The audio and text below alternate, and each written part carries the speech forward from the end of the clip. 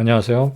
오늘은 한약 처방을 이해하는데 가장 중요한 개념 중에 하나인 군신자사 처방 시스템에 대해서 이야기해 보도록 하겠습니다.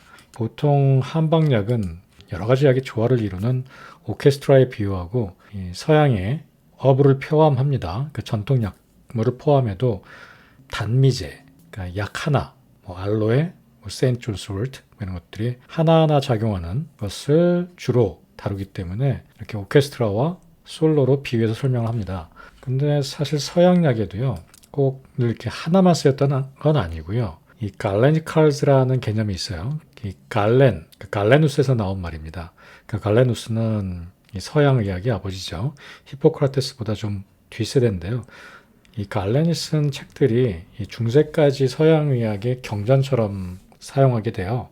이 갈렌의 이름을 따서 만든 말인데 이 갈렌이 했던 것처럼 약초들을 여러 개 조합해서 이렇게 약을 만들었던 그 폴리파머시라고 여기 써 있는데 이런 시스템을 갈레니칼즈라고 합니다. 그래서 지금도 갈레니칼즈라고 하면 이렇게 로우 머티리얼들 가지고 만든 한약 복합 제제를 이르는 말로 사용되고 있어요.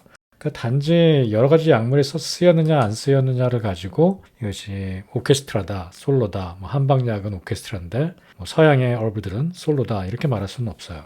근데 한약에는 좀 독특한 시스템이 있어요. 군신, 좌, 사라는 시스템인데요. 여기 보시면 비유예요. 임금, 그리고 온건파 신화, 강경파 신화, 연락병 이런 식으로 비유를 들었는데 이 약들이 처방 안에서 각기 다른 역할을 해요. 그리고 그런 역할들이 어떻게 보면 전형화되어 있는 거죠. 축구팀에 포워드도 있고 양쪽에 윙도 있고 골키퍼도 있고 미드필더도 있고 이런 식으로 역할이 다른 것처럼 한약의 다른 역할들을 옛날부터 규정해 놓고 방을 구성하는 원리로 이해했던 거죠. 그래서 이 군신좌사를 이해하는 것은 한약 처방을 이해하는데 아주 큰 도움을 줍니다. 한번 군신좌사가 어떻게 옛날부터 쓰였는지부터 한번 살펴보도록 할게요. 이 오리진을 한번 살펴보도록 하겠습니다. 먼저 신농본초경에는요. 신농본초경은 가장 오래된 본초 서적 중에 하나입니다. 한나라 때 쓰여진 책으로 알려져 있고요. 여기에도 군신좌사라는 말이 나오는데 지금의 개념과는 좀 달라요. 상약, 중약, 하약이라는 것은 신농본초경에 나오는 약물 구성 체계예요. 상약은 독이 없고 몸을 보호하는 약이고요. 하약은 이렇게 씻어내고 또 독이 있을 수 있는 약들이고 중약은 그 중간에 해당합니다. 상약을 임금, 중약을 신하, 그리고 하약을 좌사, 더 낮은 등급으로 분류해 놓은 거죠. 여기서도 보듯이 군신좌사는 네 가지의 개념이 아니라 세 가지의 개념이었어요. 군, 신, 좌사. 그리고 이거는 약물의 구성 원리라기보다는 약 자체의 속성을 분류하는 책이었던 거죠. 내경소문 지진요대론에 보면 이런 얘기가 나와요. 병을 주로 하는 것은 군이고 군을 도와주는 것은 신이다. 신에 응하는, 신의 말을 들어먹는 것을 좌사라고 한다. 여기서도 보면 군, 신, 좌사. 사실 군신좌사가 세 가지의 개념이었던 거예요. 네 가지의 개념이 아니라. 자, 여기서도 보시면 여기는 좌사라고 했지만 원문에는 신이요, 응신, 신에 응하는 것이 사다라고 해서 내경에는 이렇게 군, 그리고 신, 사밖에 나오지 않습니다. 지진요대론에서는. 이 지진요대론이 이 군신좌사의 보통 기원이다라고 설명을 하거든요. 자, 지진요대론의 또 다른 부분인데요. 여기서도 보면 군, 일, 신, 삼, 좌, 오다. 사가 없어요. 여기서는 군, 신, 좌. 또 사가 없죠.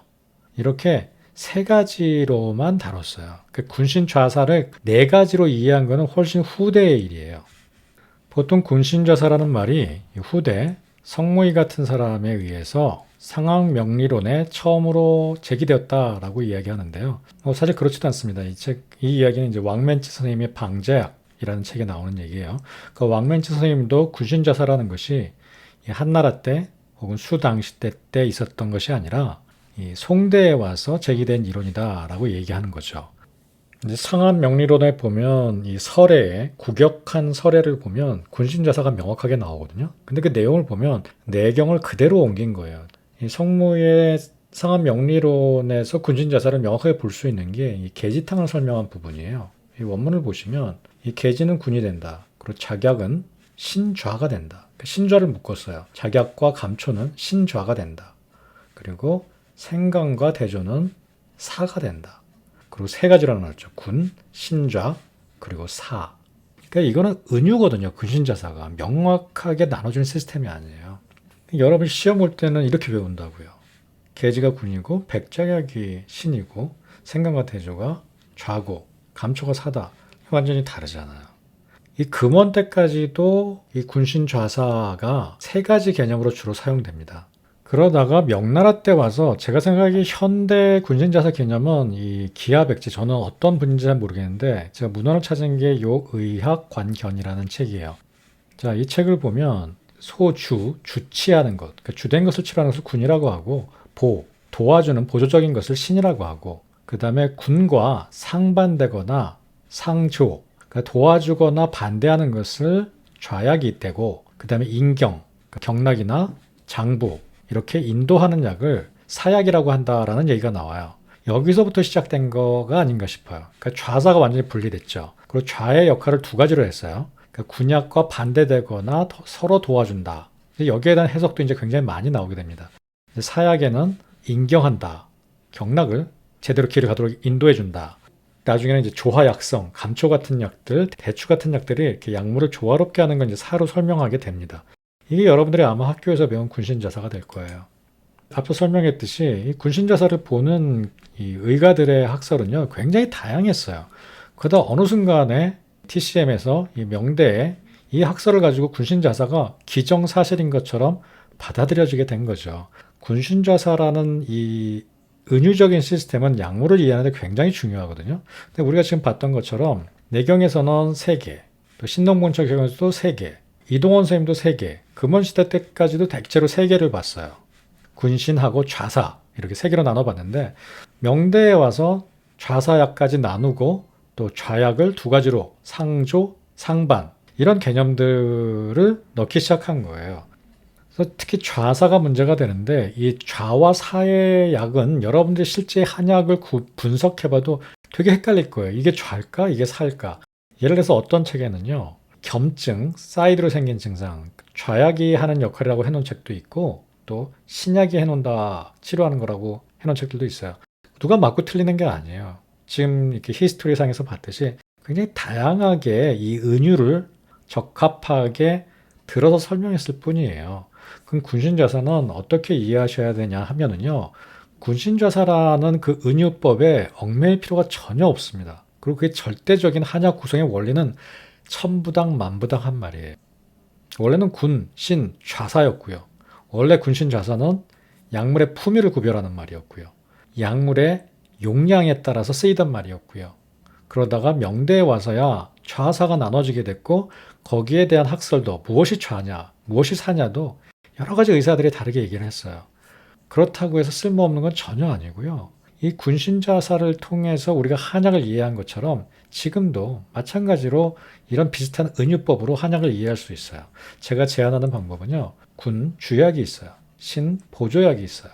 그리고 보통 좌약의 역할로 설명하는 겸증을 치료하는 약들이 있어요. 그러니까 주치증이 있으면 병인을 치료하거든요. 근본 원인을. 예를 들어서 비기가 허하면 겸증으로 습이 생겨요. 비허생습하잖아요.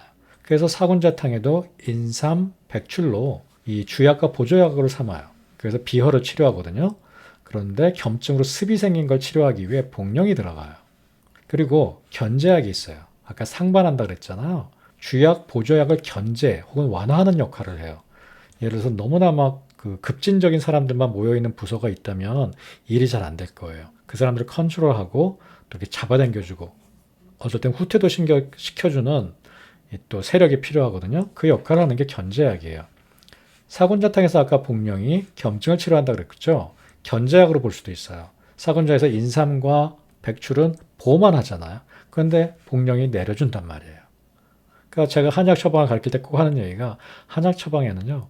보하는 중에 사가 있는 경우도 많고 또 따뜻한 약 중에 찬약이 껴있는 약도 많고 또 혈약 중에 기약이 껴있기도 하고 기약 중에 혈약이 껴있기도 해요. 그래서 같은 비슷한 종류의 약을 다 섞어 넣으면 굉장히 약 효과가 좋아지겠지? 천만의 말씀이죠. 이렇게 한약은 굉장히 정교한 구성 체계를 갖고 있어요. 특히 이 견제약이나 겸증 치료약을 이해하는 게 굉장히 중요합니다. 5번째로는 인경약, 그러니까 해당하는 부위에 들어가게 하는 게 정말 중요해요. 이진탕은 몸속에 담을 없애거든요. 근데 담이 온몸에 다 생길 수 있어요. 관절에 생기면 통증을 유발하고요. 머리에 있으면 어지럼증을 유발하고요. 호흡기에 생기면 가래가 생겨요. 기침 가래가. 그러면 그 이진탕이라는 그 약재, 담을 없애는 약재를 어디로 가게 할 것이냐. 이진탕에 백제길경을 넣으면 호흡기를 치료하는 약이 되죠. 주결을 넣으면 정신적인 문제를 치료하는 약이 되죠. 그래서 이 약이 어디로 가게 하는지를 결정하는 게 인경약이에요. 그래서 한약 처방은 그냥 단순하게 차다, 덥다, 혹은 뭐 허하다, 실하다 이런 걸로 되는 게 아니에요. 작용 부위가 다 달라져요. 그래서 한약 처방에서 이 작용되는 경락이나 장부, 부위를 이해하는 것은 매우 중요합니다. 여섯 번째, 우리가 군신자사 설명할 때 꼭 설명하는 부분이거든요. 감초 같은 약이 조화 약성을 한다. 근데 감초 말고 좋아하는 약성하는 게 없어요. 뭐 억지로 넣으면 대추? 이거를 굳이 방제를 이해하는데 따로 우리가 언급할 필요가 없습니다. 조화 약성하는 이 여섯 번째 파트는. 그래서 이 다섯 가지만 이해하시면 한약 처방의 방제를 아주 합리적으로 잘 이해하실 수가 있습니다. 특히 이렇게 주약과 보조약도 사실 하나로 묶어도 돼요. 얘네들은 이런 시스템이 양량이 적었을 때, 옛날에 양미가 적었을 때 뭐 약 그 내용 구성물이 10개도 안 될 때는 딱딱 맞아떨어졌지만 지금은 전혀 맞아떨어지지 않아요. 은유로서 생각하셔야 돼요. 그래서 그때는 주약과 보조약을 구분하는 게 큰 의미가 있었지만 얘네들은 주된 원인을 치료하는 약들도 하나로 묶어도 되고요. 그 다음에 겸증을 치료하는 약, 그 다음에 이렇게 견제하는 반대되는 약들, 그리고 작용 부위를 결정하는 약들, 현대에서 방제를 이해할 때 요 다섯 가지 혹은 네 가지의 개념으로서 이해하시면 아주 합리적이라고 볼 수 있습니다. 자, 제가 축구 포지션으로 한번 정리를 해봐 드리겠습니다. 축구 포지션도 굉장히 다양하게 있고 시대마다 변하잖아요. 군신자사도 똑같아요. 근데 이거 사실 상당히 옛날 포지션인데 한번 보시죠. 이 주 공격수가 있죠. 주약이라고 볼 수 있습니다. 군약이죠. 우리가 질병이라는 그 시스템을, 병리적 시스템을 공격하는 이제 방식인 거죠. 이 주 공격수를 도와주는 보조 공격수가 있어요. 그 다음에 양쪽에 윙이 있죠. 여기 말고 겸증을 치료해요. 담을 치료할 때 이수를 시키기도 하고, 또 보비할 때 삼습시키기도 하고, 또 개지마왕으로 해표시키면서 행인으로 기침을 치료하기도 하고, 겸증을 치료하는 약들이 보통 처방이 돼요. 그 다음에 여기 좌사약으로 구분되는 견제약들이 있어요. 여기 막 보호만 너무 하면 사하는 약을 넣어주기도 하고, 혈약 중에 기약을 넣어주기도 해요. 그 다음에 인경약이 있어요. 보증기탕에 승마 위로 올려주죠. 이렇게 특정 경락이나 장부로 이 약이 가게 만들어주는 약들이 활용이 됩니다. 얘네들은 미들필더처럼 조절해주기도 하고, 야 너무 나가지 마, 그리고 야 저쪽으로 가 하고 이렇게 코치도 해주고, 이 팀들이 모여서 성공적으로 공격을 하게 만들어주는 거죠. 자, 다음번에는 이 처방들을 이 군신자사, 딱 고전에 억지로 끼워 맞추려는 군신자사가 아니라 이렇게 각각 약들의 그 역할 분담이라는 측면에서 다양하게 또 해석을 해 보도록 하겠습니다. 자, 감사합니다.